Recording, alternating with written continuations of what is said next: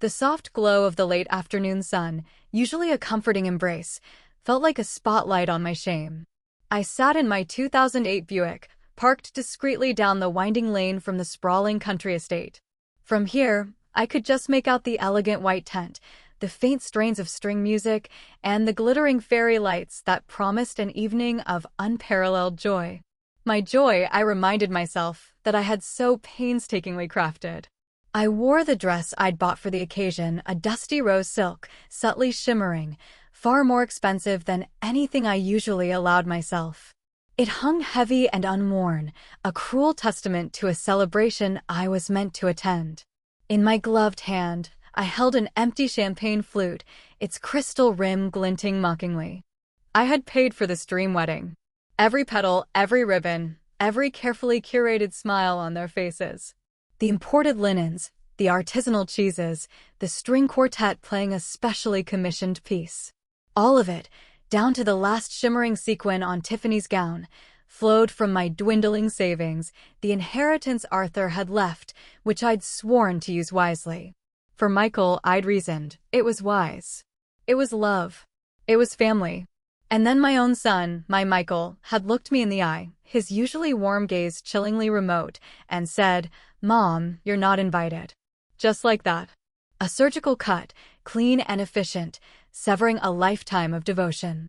My hands, usually so steady from years of grading papers and tending my garden, trembled. For a long moment, I felt only a profound, suffocating emptiness. The kind that makes your chest ache and your breath catch. But then, as the golden light shifted and painted the grand estate in hues of false promise, something else began to stir. Something cold and hard, unfamiliar yet deeply rooted. If I wasn't a guest, I thought, my voice a whisper in the silent car, then why couldn't I be the architect of their most unforgettable nightmare? My gaze drifted to the passenger seat, where my phone lay blinking. 32 missed calls. Most from Michael. A few from Tiffany. I picked it up, my thumb hovering over the screen, the names a blur of panicked urgency. Not yet. Not until the first dance, perhaps. Or maybe when the cake was about to be cut. A wave of memories, sharp and unbidden, washed over me. Michael, a tiny boy, his face smudged with chocolate, declaring, "Mommy, I need this," and my heart melting, always giving in. The time he demanded the latest, most expensive video game console, and I worked extra shifts, tutoring after school, just to see his delighted grin on Christmas morning. Or the countless times he'd come home from school with tales of some minor injustice, and I, his fierce protector, would swoop in, ready to fight any battle for him. He was my world. My sun, moon, and stars. I'd seen his flashes of selfishness, of course. Dismissed them as boyish charm, ambition, just being Michael. My mother's blind spot, I'd called it. A harmless flaw in an otherwise brilliant, charming, successful young man. My brilliant, charming, successful young man, who had just uninvited his own mother from his wedding. The cold anger, simmering beneath the shock, began to spread through my veins, displacing the sorrow. It was a novel sensation, this righteous indignation. It felt empowering, dangerous, and, after a lifetime of quiet acquiescence, utterly exhilarating. The Buick's engine rumbled to life, a familiar, comforting sound, but today it offered no solace.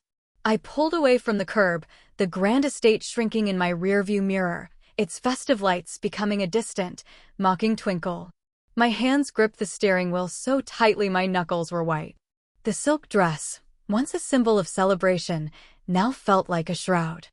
I drove aimlessly for a while, the familiar suburban streets blurring past.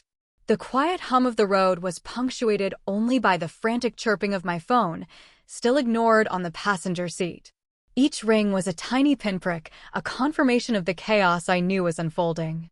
A bitter, cold satisfaction began to spread through me, like ice water slowly filling an empty well. He called it his dream wedding, I murmured to the empty car. And I made that dream possible. Every single detail, from the moment Tiffany had first shown me her Pinterest board of rustic elegance meets Tuscan grandeur, had been meticulously funded by me. The exclusive Pinehurst Manor, with its sprawling gardens and crystal chandeliers? My check. The gourmet caterer, flown in from Napa Valley, boasting a Michelin star? My wire transfer. Tiffany's custom-designed gown, a confection of French lace and hand-beaded pearls, which cost more than my first car. My credit card, paid in full, of course. And the rings. Oh, the rings. Michael had found a jeweler who sourced ethically mined diamonds, each one seemingly as large as a robin's egg. He'd shown them to me with such boyish pride, so confident in my approval, in my unwavering support. And I, fool that I was, had simply smiled, reached for my checkbook, and told him they were beautiful. Only the best for my son, I'd always said. Only the best for him, even if it meant quietly deferring my own much-needed roof repairs or putting off that trip to see Martha in Florida, which we'd planned for years. The habit of sacrifice had become so ingrained it felt like a second skin. Since Arthur died 5 years ago, leaving me with a modest pension and a house that constantly needed attention, my life had narrowed. My days revolved around quiet routines, gardening, reading, volunteering at the library. And Michael. Always Michael. His calls for advice, for a listening ear, and, increasingly, for financial assistance. He was a successful lawyer, earning a good salary, but his tastes, influenced by Tiffany, had grown extravagant. And I, wanting to be needed, wanting to feel like I still had a purpose in his grand, bustling life, had always provided. The memory of the moment they uninvited me was a fresh wound, throbbing with humiliation. It had happened just yesterday, during the final walkthrough at the manor. I'd been beaming, admiring the floral arrangements, imagining Michael and Tiffany exchanging vows under the archway I'd paid for. Tiffany, her face a mask of polite concern, had taken my hand. "Eleanor," she began, her voice dripping with artificial sweetness, "we've had to make some last-minute adjustments to the guest list. You understand, it's a very intimate affair and, well, things are just so tight." I hadn't understood. Not until Michael stepped in, his jaw tight, refusing to meet my eyes. "Mom, it's for the best. With Tiffany's family, and some very important clients, there just isn't room." He gestured vaguely, as if the entire sprawling estate couldn't accommodate one more person. "We thought, maybe you could just celebrate with us afterward? A quiet dinner, just the 3 of us." A quiet dinner. After I'd bankrolled the entire spectacle. My own son, my flesh and blood, was asking me to disappear, to make myself invisible for the sake of his new, shiny life. The irony was so stark it was almost comical. I, the mother who had given him everything, was now an inconvenience, a guest list adjustment. A hot, stinging sensation rose behind my eyes. For a moment, the old Eleanor, the one who always bowed her head, who always sought to soothe, to understand, threatened to surface. The one who would have simply said, "Of course, dear.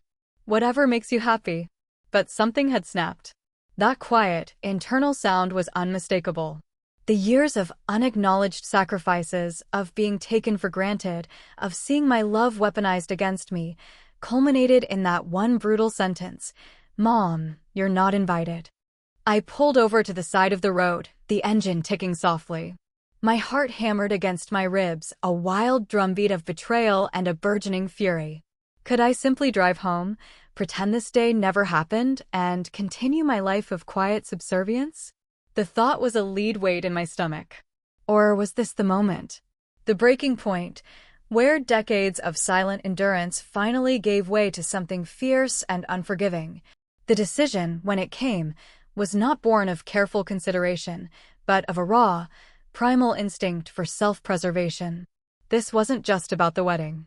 It was about every dismissed concern, every empty promise, every time I had been made to feel small and insignificant.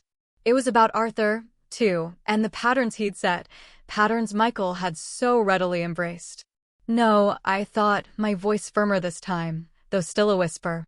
This wasn't just about a quiet dinner afterward. This was about reclaiming a lifetime.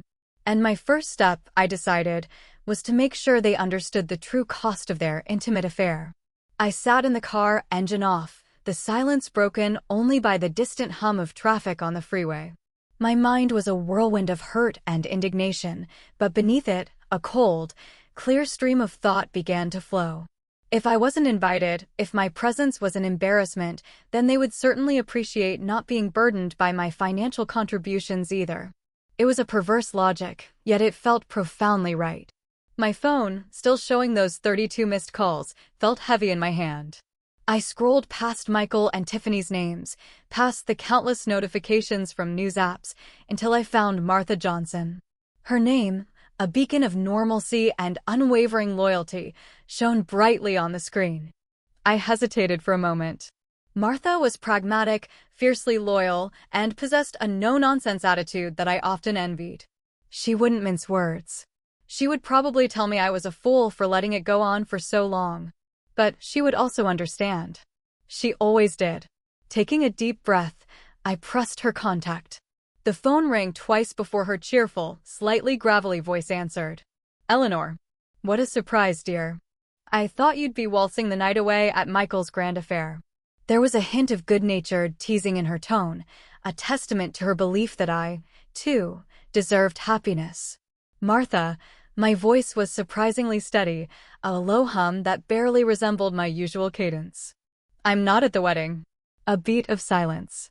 "What do you mean, you're not at the wedding? Did you get lost? Did Michael send the car?" "No," I said, a dry, humorless laugh escaping my lips. "I'm not there because I wasn't invited." Another, longer silence. I could almost hear Martha processing the information, her mind, sharp as a tack, piecing together the implications. Then, a sharp intake of breath. "He what?" Her voice, usually so composed, rose several octaves, laced with pure, unadulterated outrage. "That ungrateful, pompous little—" "I told you, Eleanor. I told you he was taking advantage. I told you Tiffany was a snake in the grass. Oh, that boy needs a good smack, even at his age." A flicker of warmth, an unexpected comfort, spread through me at her outburst. It was exactly what I needed to hear. Someone else, validating the raw injustice of it all. "He said there wasn't room," I supplied, the words tasting like ash. "Room?" Martha exploded. "In that mansion you paid for? Room? Eleanor, you are far too good for them, and they are about to learn it. What are you going to do?" Her voice had dropped now, taking on a steely edge. She wasn't just my friend, she was my battle axe. "I'm going to make sure there's no room for their caterer, or their florist, or their fancy band either," I stated, the words forming a solid, unshakable resolve. "I paid for all of it. And I'm going to unpay for all of it." Another short silence, then Martha chuckled, a low, guttural sound of approval. "Now that's my Eleanor. Good for you, honey. You let them have it. You let them taste a little of their own medicine." Her unwavering support, her immediate understanding, fueled the fire that was now raging within me. "I need to start calling," I said, pulling out a meticulously organized folder from my purse.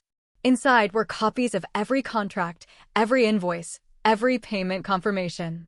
My years as a meticulous English teacher, demanding precision from my students, now served a far more personal and far more vengeful purpose.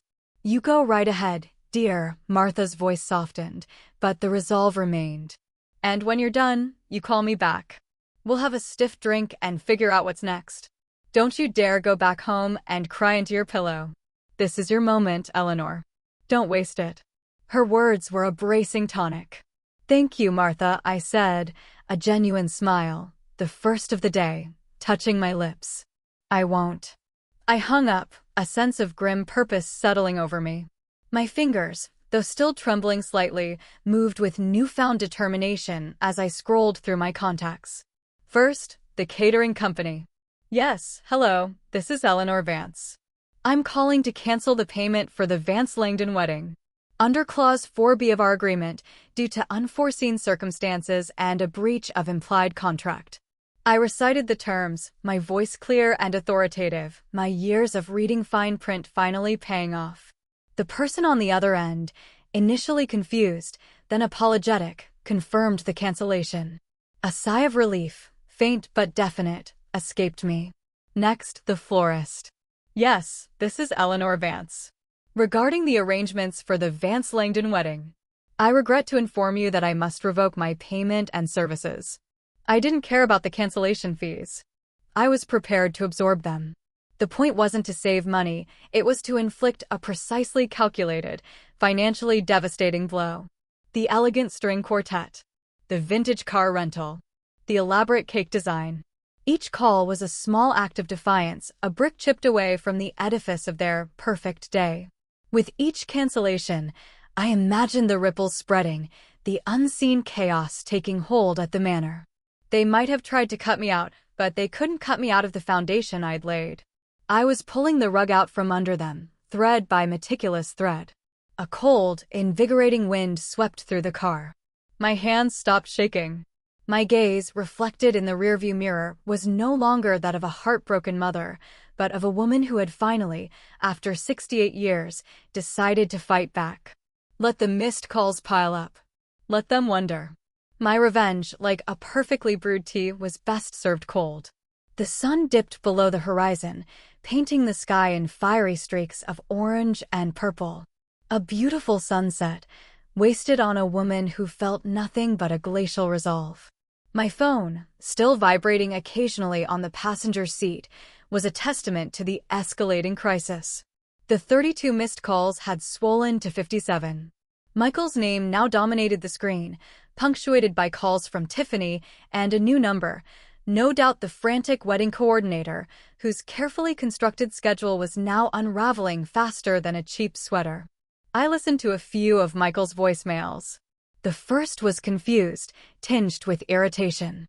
"Mom, what's going on? The caterers just called, saying you canceled the payment. Is this some kind of joke?" His voice, usually so smooth and confident, held a tremor of annoyance. The next few became progressively more agitated, then panicked. "Mom, pick up.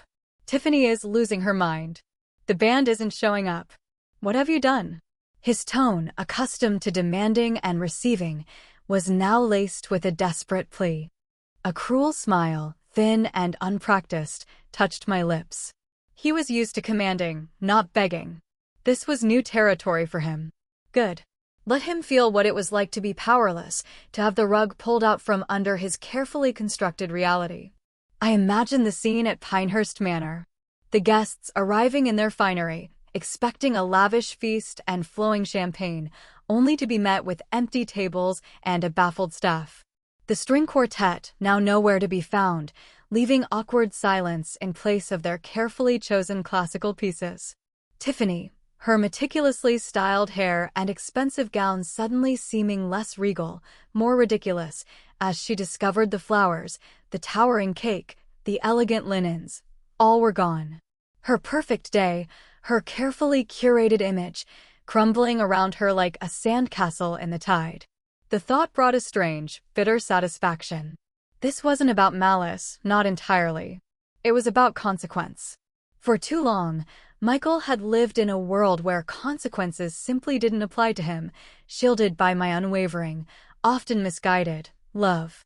A memory surfaced, sharper than a shard of glass. Michael was 17, a senior in high school, and had just totaled his car, a brand new sedan I'd bought him for his 16th birthday. He'd been speeding, showing off, as usual. The call from the police had sent a cold dread through me. But when I arrived at the scene, he wasn't worried about the accident itself, or the minor injuries of the other driver. He was worried about his reputation. "Mom, you have to fix this. What will my friends think? What about my football scholarship?" There had been no apology, no remorse, only a desperate plea to make his problem disappear. And I, of course, had fixed it. I'd paid the fines, dealt with the insurance, and bought him another car, albeit a slightly older model. Arthur, my late husband, had simply shrugged. "Boys will be boys, Eleanor. He's got your drive." But it wasn't drive, it was entitlement. I sighed, shaking my head. How many times had I done that? Cleaned up his messes, smoothed over his mistakes, bought his way out of trouble? Each time, I'd told myself it was for his future, for his happiness. Each time, I'd chipped away a piece of myself, until there was little left but a shell of silent support. Now, as the darkness fully enveloped the suburban streets, the first real crack appeared in Michael's facade. The latest voicemail, left just minutes ago, was not just angry, but laced with a raw, almost childlike panic. "Mom, they're saying they won't even let the guests stay. The venue is refusing service. People are leaving. What in God's name have you done?" His voice cracked on the last word, and for a fleeting second, a pang of the old, maternal protectiveness tried to surface. My son, in distress. My instinct was to rush to him, to soothe, to fix. But the image of his dismissive gaze, his "you're not invited," flashed before my eyes, extinguishing that warmth. This wasn't a scraped knee or a missed deadline. This was a deliberate act of emotional cruelty, meticulously planned and executed. And his current distress? That was merely the logical outcome of his own actions, finally reflected back at him. I drove home slowly, the quiet house a welcome sanctuary. The silence was no longer heavy with grief or resignation, but with a different kind of anticipation.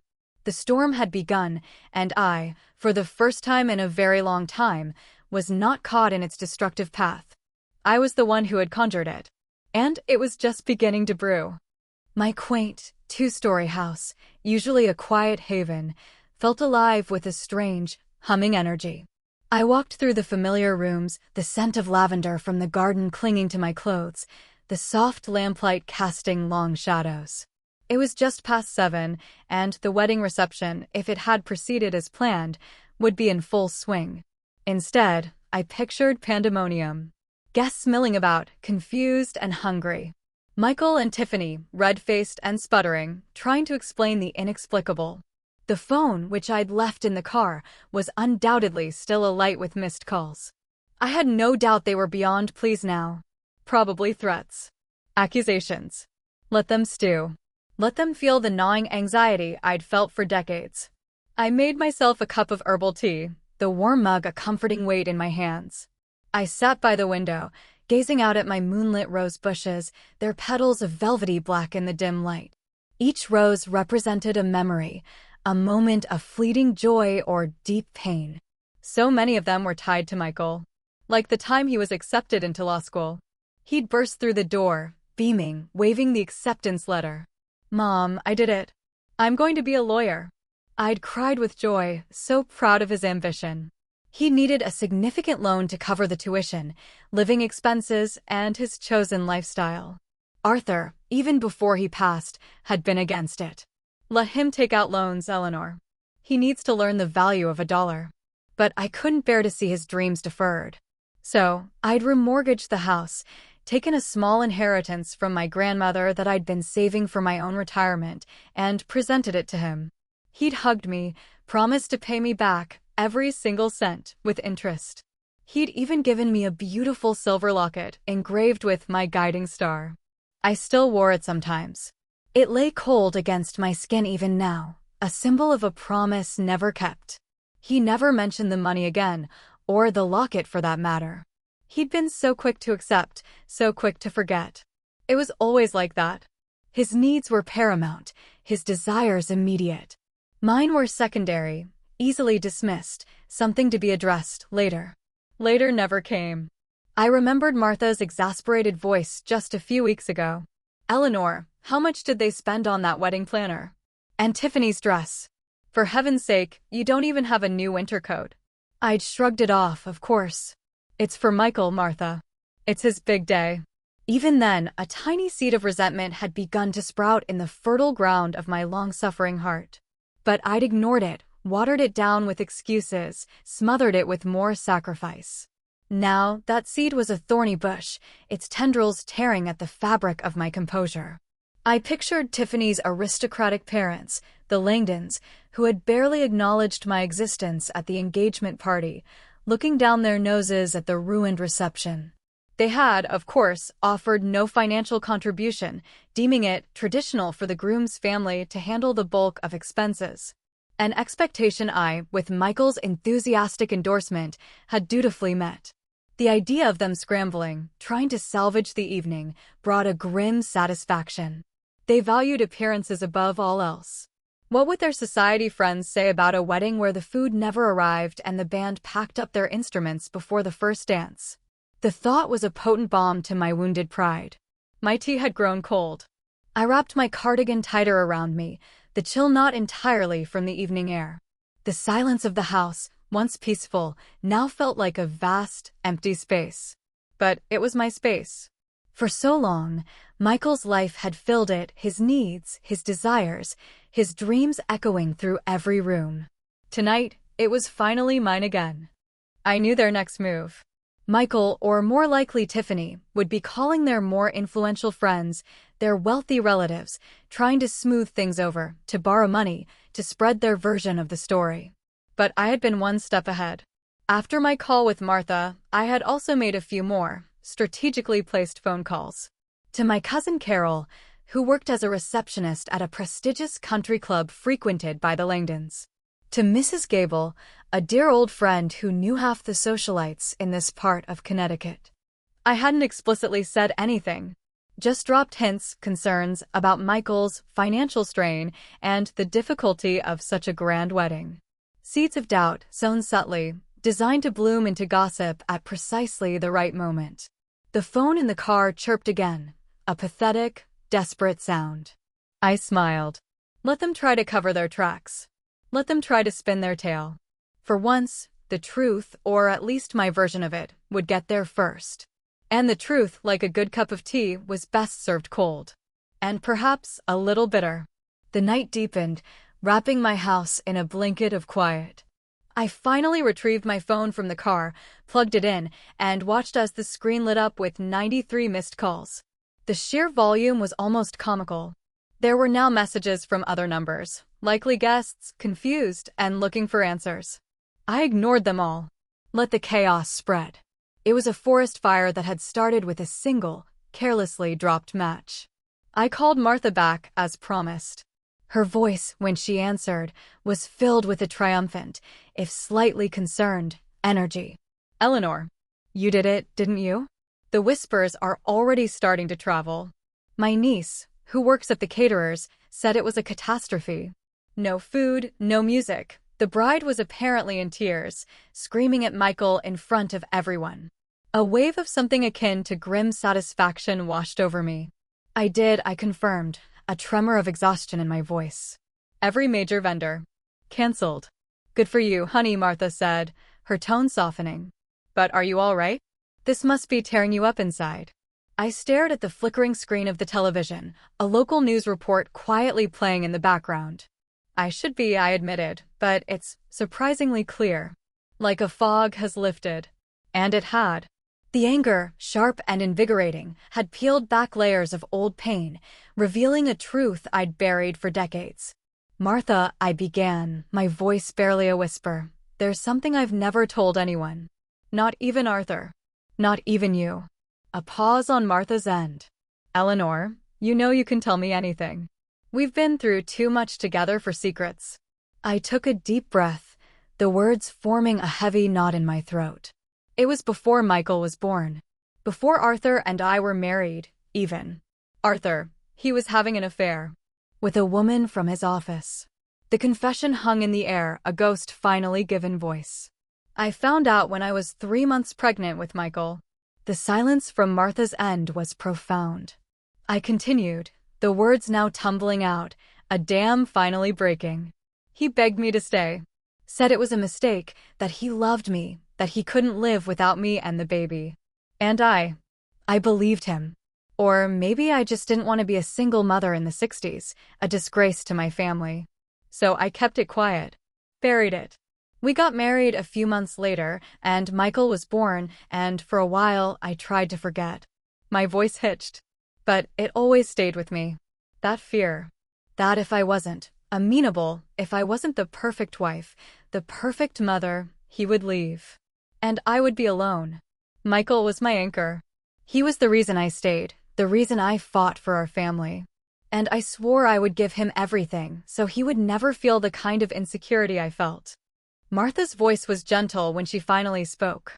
Eleanor, my dear, you carried that burden all by yourself for all these years. That's why you let Arthur walk all over you. That's why you let Michael, for all his charm, become, well, what he is. You thought you were protecting him, protecting your family. but you were just protecting an old wound and letting them pick at it." Her words were a stark, painful truth. I had indeed enabled Michael's selfishness, seeing in his demands a perverse echo of Arthur's unspoken threats. My need to be needed, to be indispensable, had become a cage, locking me into a role of silent suffering. Michael, my precious boy, had become another Arthur, taking without asking, expecting without appreciating. "You're right," I whispered, the admission a raw ache in my chest. "I see it now. I see how I built this prison for myself, brick by brick, with my own hands. And Michael and Tiffany just pushed the last brick into place." Well, then, Martha's voice was firm again, a comforting anchor in my stormy emotions. "It's time to tear down that wall, isn't it? And you've already started. You've just begun, Eleanor Vance. Don't you dare stop now." Her words, filled with fierce loyalty and a profound understanding, solidified my resolve. The pain of the past was still there, a dull throb, but it no longer felt like a weakness. It felt like fuel. I was tired of being the silent, suffering Eleanor. I was tired of being taken for granted. This wasn't just about a wedding anymore. This was about finally, after 68 years, finding my own voice. And making sure it was heard. Loud and clear. The streetlights cast long, yellow stripes across my living room floor. I had just finished another cup of tea, the last vestige of the day's planned serenity, when the roar of an engine shattered the quiet. Not the gentle purr of my Buick, but the aggressive growl of Michael's expensive sports car. He rarely visited unannounced, unless he needed something. Tonight, he needed many things. I watched through the sheer curtains as his car screeched to a halt in my driveway, followed by Tiffany's gleaming white SUV. The scene was almost cinematic, the dramatic arrival, the flashing headlights, the distinct air of furious urgency. For a moment, a tiny flicker of fear, that old familiar knot of anxiety, tightened in my stomach. But it was quickly replaced by a cool, unyielding resolve. I had faced down far worse ghosts tonight. The front door bell rang, a frantic, insistent peal. Then another. And another. I took a slow, deliberate breath, smoothing the silk of my dress. It was still on, a silent defiance. I walked to the door, my movements measured, the very picture of calm.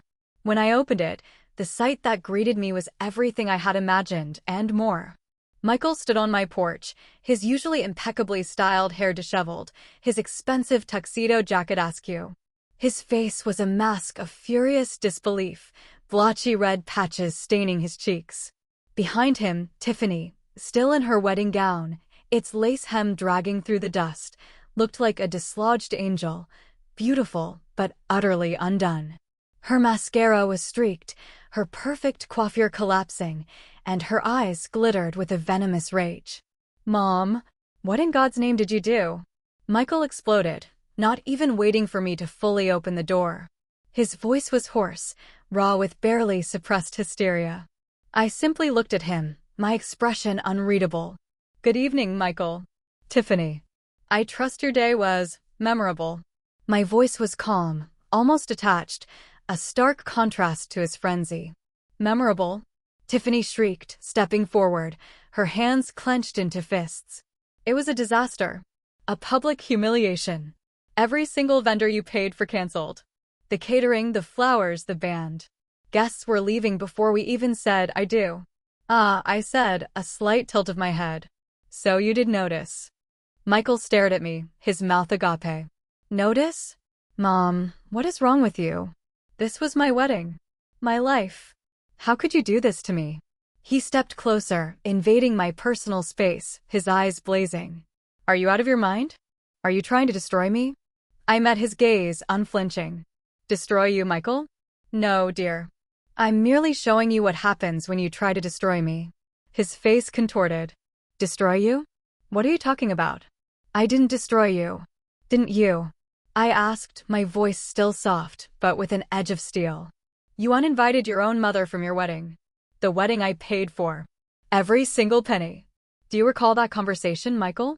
Or was it merely another inconvenient detail to be swept under the rug of your perfect life?" Tiffany scoffed, adjusting her veil, which was now askew. "Oh, please, Eleanor. It was a small adjustment. We needed to make room for important guests. You just don't understand the pressures of our social circles. Your social circles, I repeated, a dry, bitter laugh escaping me. The ones you're so desperate to impress, you'd throw your own mother to the wolves?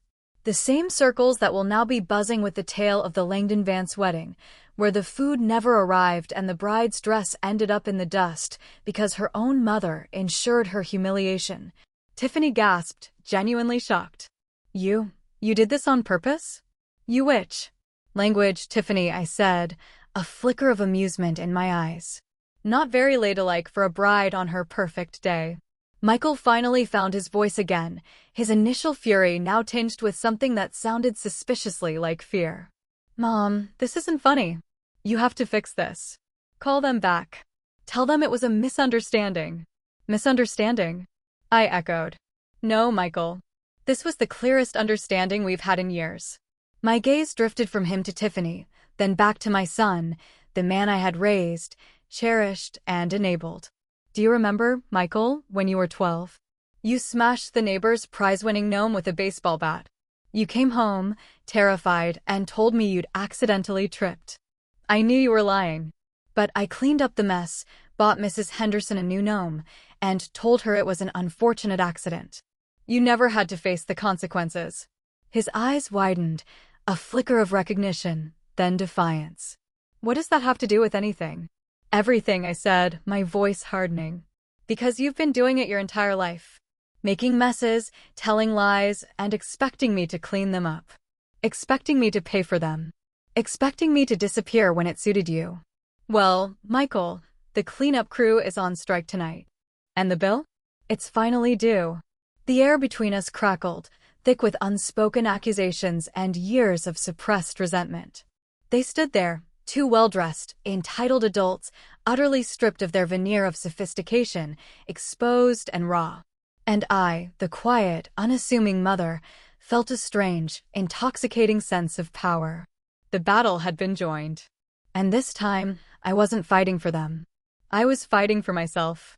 The silence that followed my words was heavy, suffocating. Michael's face, a moment ago contorted with anger, now held a dawning horror. Tiffany, still clutching her ruined veil, seemed to shrink, her fury momentarily eclipsed by a palpable dread. They knew, in that instant, that this wasn't just about a canceled wedding. This was about something far deeper, something I had guarded for so long. What are you talking about, Mom? Michael's voice was barely a whisper, a stark contrast to his earlier rage. He was no longer yelling, he was pleading, his eyes darting nervously between me and Tiffany. The carefully constructed facade of the successful lawyer, the entitled groom, was crumbling before my eyes. I stepped back, creating a small distance between us, asserting my control over this impromptu courtroom. You want to know what I'm talking about, Michael? Let's talk about that first capital you received when you started your law firm. The one you told everyone came from a savvy investment you made after graduating. Tiffany gasped, her eyes wide. Michael, what is she talking about? He shot her a furious glance, then turned back to me, his voice regaining some of its former edge, though still laced with desperation. Mom, don't you dare. That's ancient history. It has nothing to do with this. Everything has to do with this, Michael, I countered, my voice steady, unwavering. Especially when your entire life, your entire image, is built on a foundation of lies. That savvy investment, dear boy, was actually the sale of your grandfather's antique watch collection.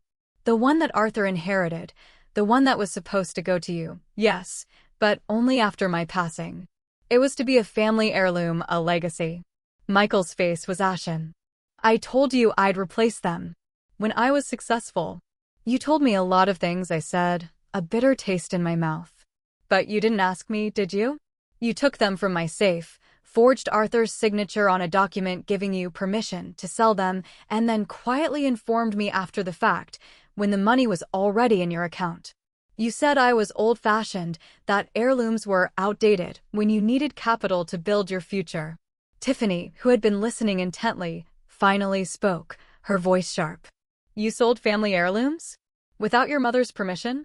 And you never told me, Michael. It wasn't like that, Tiffany. Michael stammered, turning to her. Mom was just being dramatic. She was going to let them rot in a safe deposit box.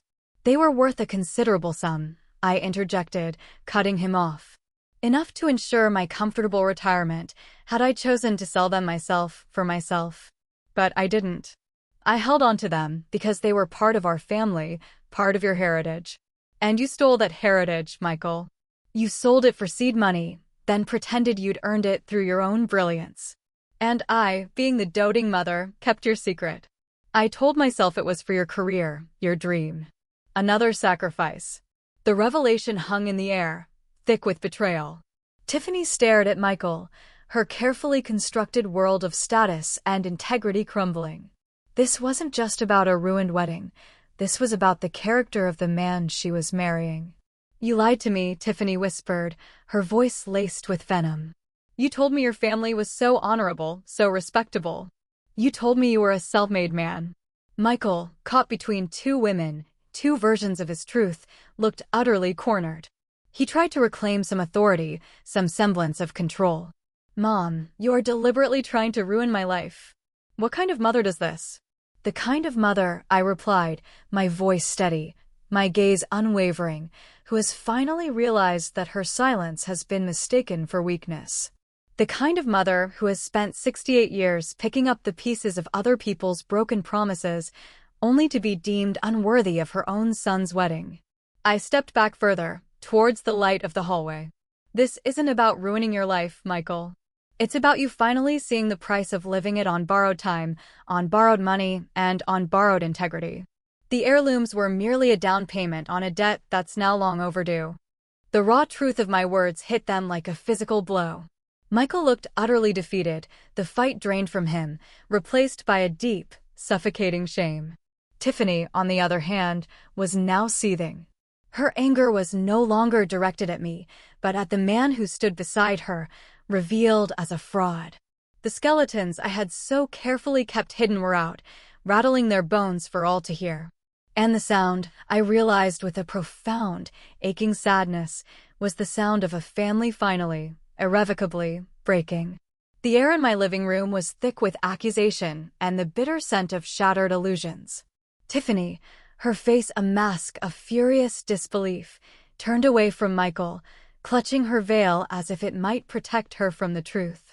Michael stood rigid, his shoulders slumped, the weight of his revealed deceit finally pressing down on him. They looked like two strangers, their grand, perfect union already fractured. You lied to me, Tiffany repeated, her voice low, dangerous. About everything. Your family, your wealth, you let me believe you built it all yourself. It's not like that, Tiff, Michael began, but I cut him off.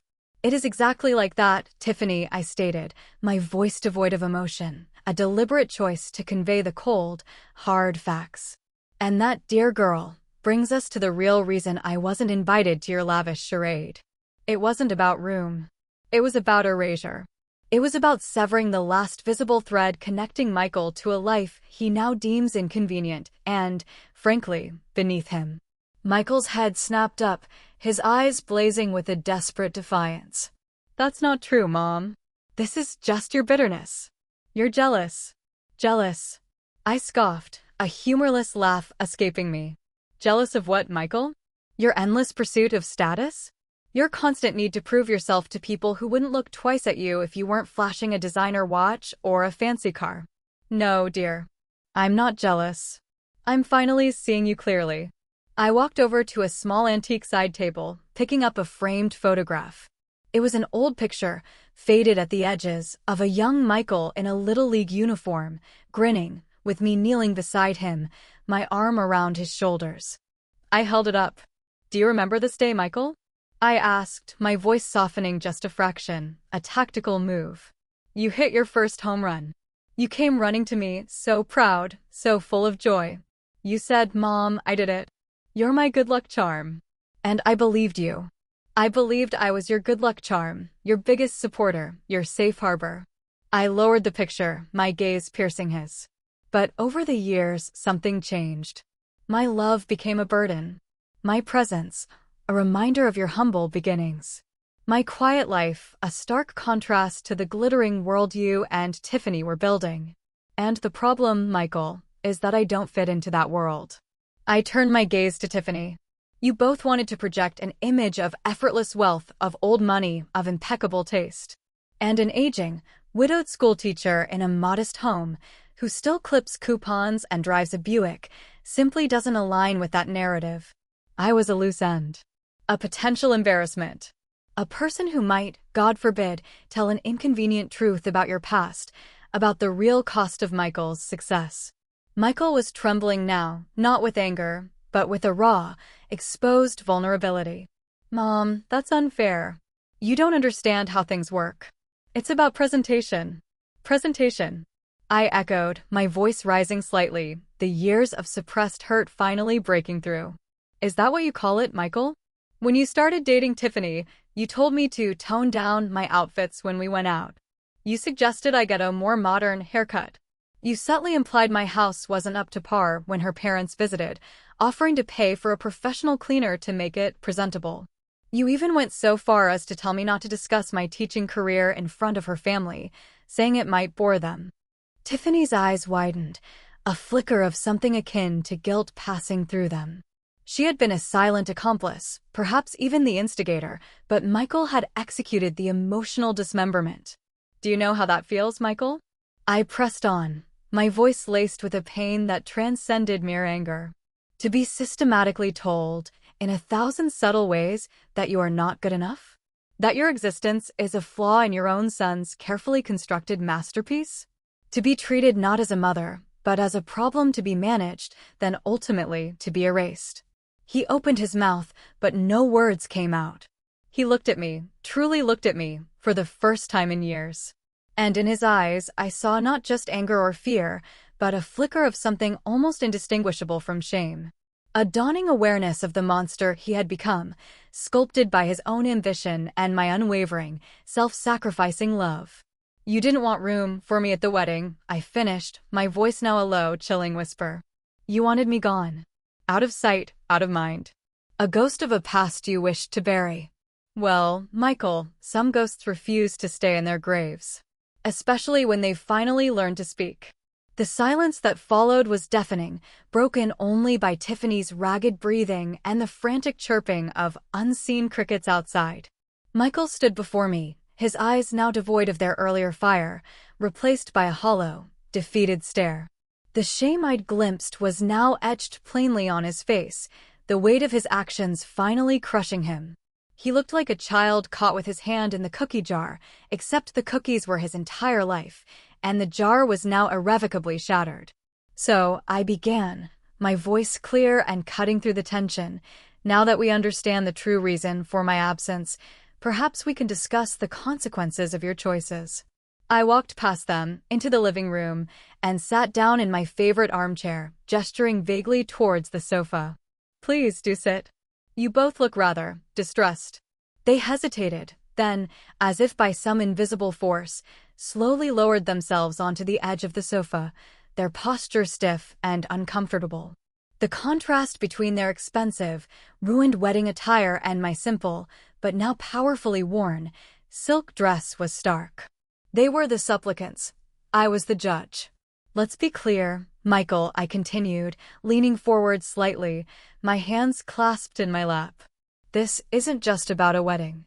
This is about years of neglect, of being taken for granted, of your casual cruelty and Tiffany's willing participation in it.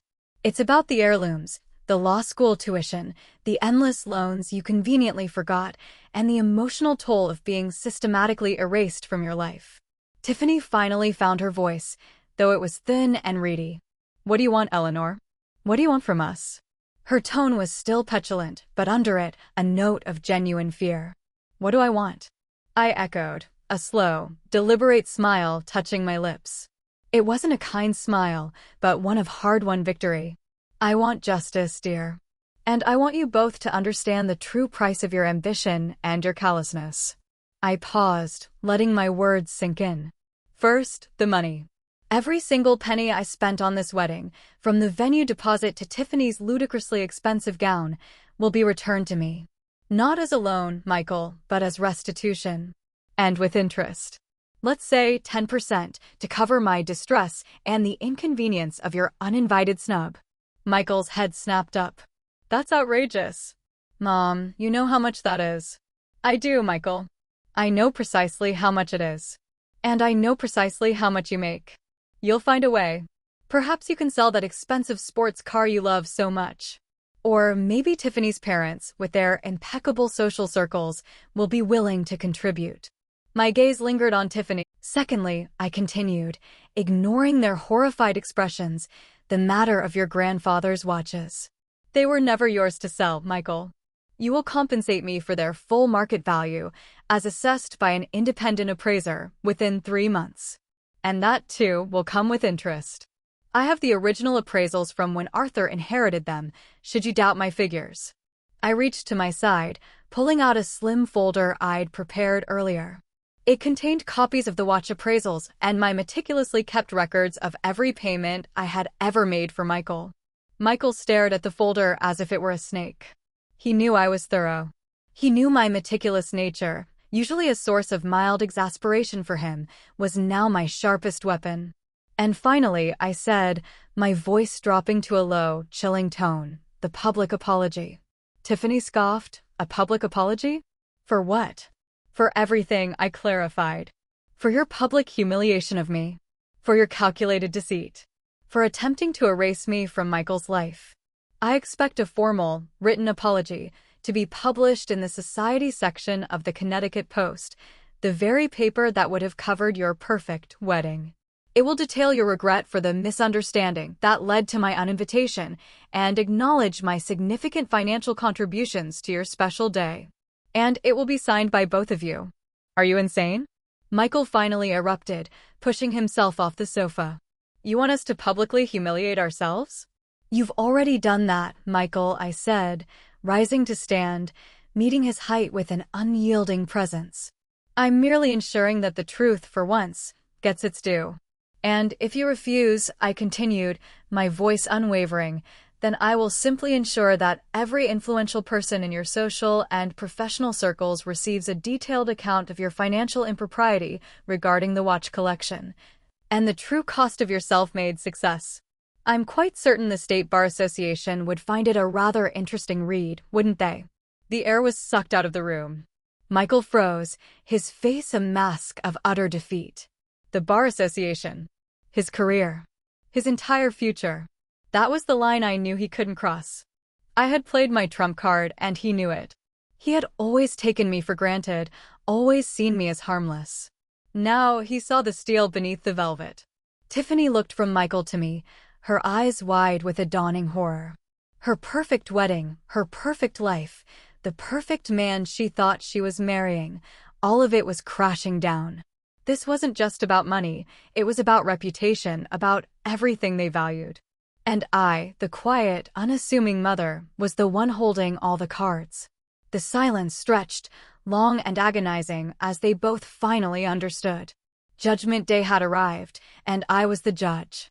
The ensuing silence was heavier than any I had ever known, a suffocating shroud woven from their stunned disbelief and my own grim satisfaction. Michael's shoulders, which had so often seemed impossibly broad and confident, now sagged under an invisible weight. Tiffany, her mascara-streaked face pale and drawn, sank back onto the sofa, the once pristine lace of her wedding gown now a symbol of utter ruination, pooling around her like a discarded dream. The Bar Association, Michael whispered, the words barely audible, like a dying breath.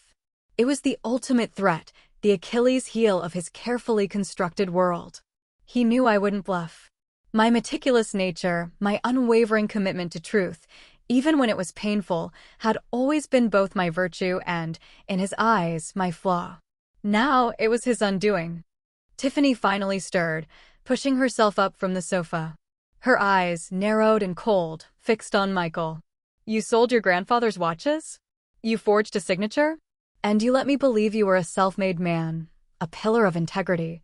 Her voice was low, trembling not with fear, but with an icy, controlled fury that was far more devastating than her earlier histrionics. My father, Michael, is a senior partner in his firm. Do you have any idea what this will do to his reputation? To mine?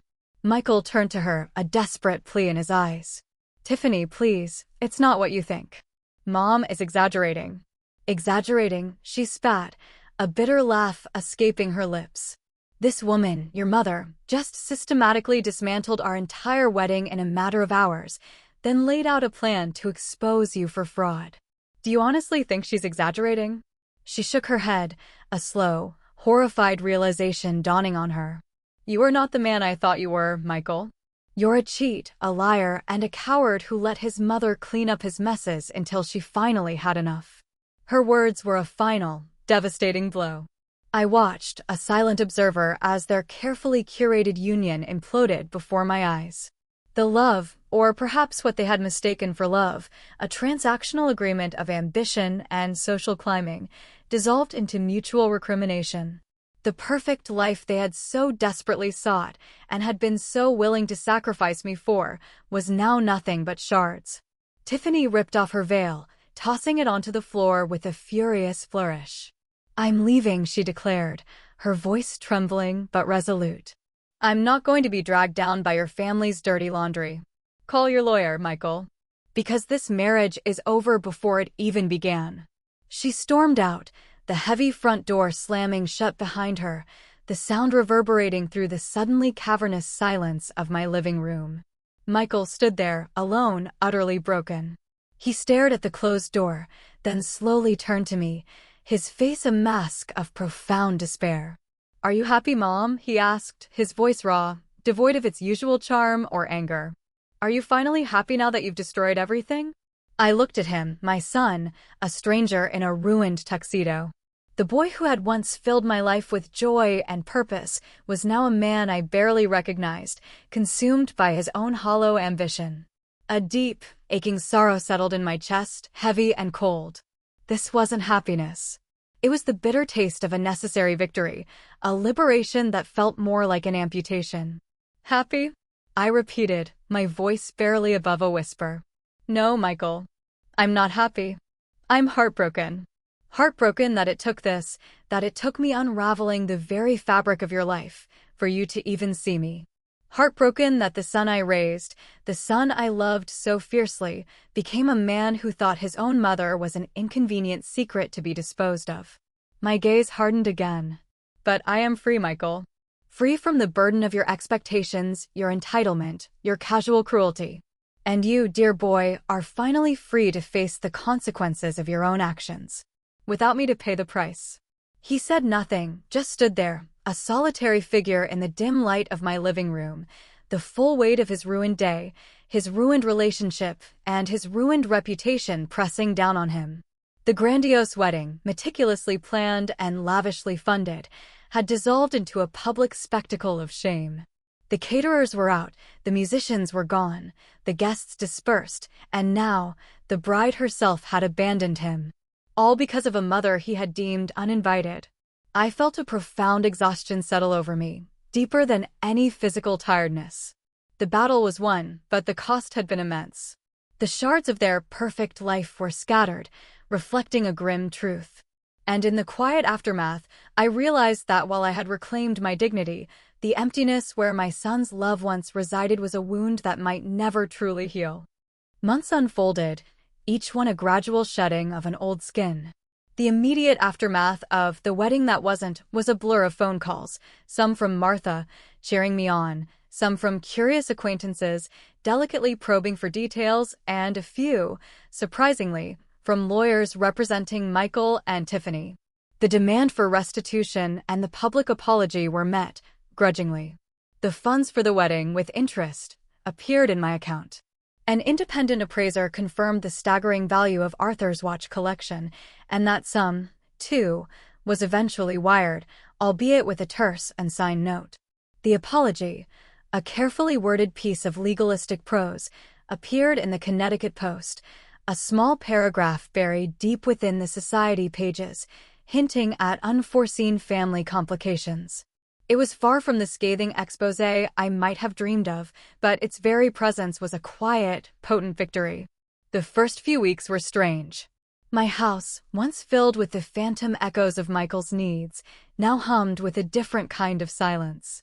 It was a silence I had chosen, a silence I was learning to fill with my own rediscovered rhythms. I started attending a book club, something I'd always wanted to do but never had time for.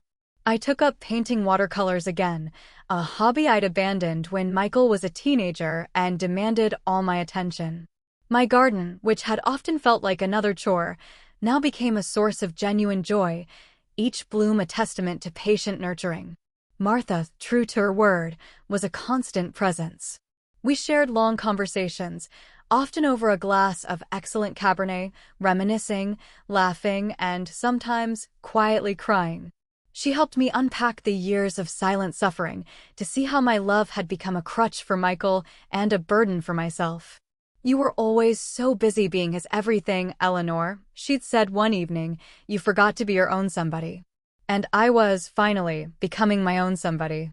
The pain of Michael's betrayal lingered, a dull ache that surfaced unexpectedly, a scent of his cologne in a store, a song that reminded me of his childhood, an old photograph I hadn't yet put away. It was a scar, permanent and deep, a testament to a love that had been both beautiful and, ultimately, devastating. But it no longer festered. It was a part of my story, a hard-won lesson. Michael tried to call once. A few months after the settlement. I let it go to voicemail. His voice, when I finally listened, was subdued, almost deferential. He spoke of regret and moving on. He didn't ask for forgiveness, nor did I expect it. He simply stated he was focusing on his work, and that Tiffany and he had, indeed, parted ways. I felt no triumph, only a quiet, weary acceptance. The old Michael, the one who could manipulate my heart with a single, well-placed word, was gone. And the new Michael, the one learning to navigate a world without my endless rescues, was a stranger. I never saw him again, not in person. Our interactions, if they could be called that, were confined to brief, formal exchanges through legal channels. The chasm between us was too vast, too deep, filled with too many unspoken truths and unforgivable hurts. One crisp autumn morning, I sat on my porch, sipping a cup of steaming tea. The air was cool, carrying the earthy scent of fallen leaves. A cardinal, a splash of brilliant red, landed on the branch of my old oak tree. It sung a cheerful counterpoint to the quiet of the morning. I was reading a travel brochure, planning a trip to the national parks Martha and I had always dreamed of visiting. I looked down at my hands, no longer trembling, no longer clutching a wedding invitation that never was. They were calloused from gardening, lined with the stories of a long life.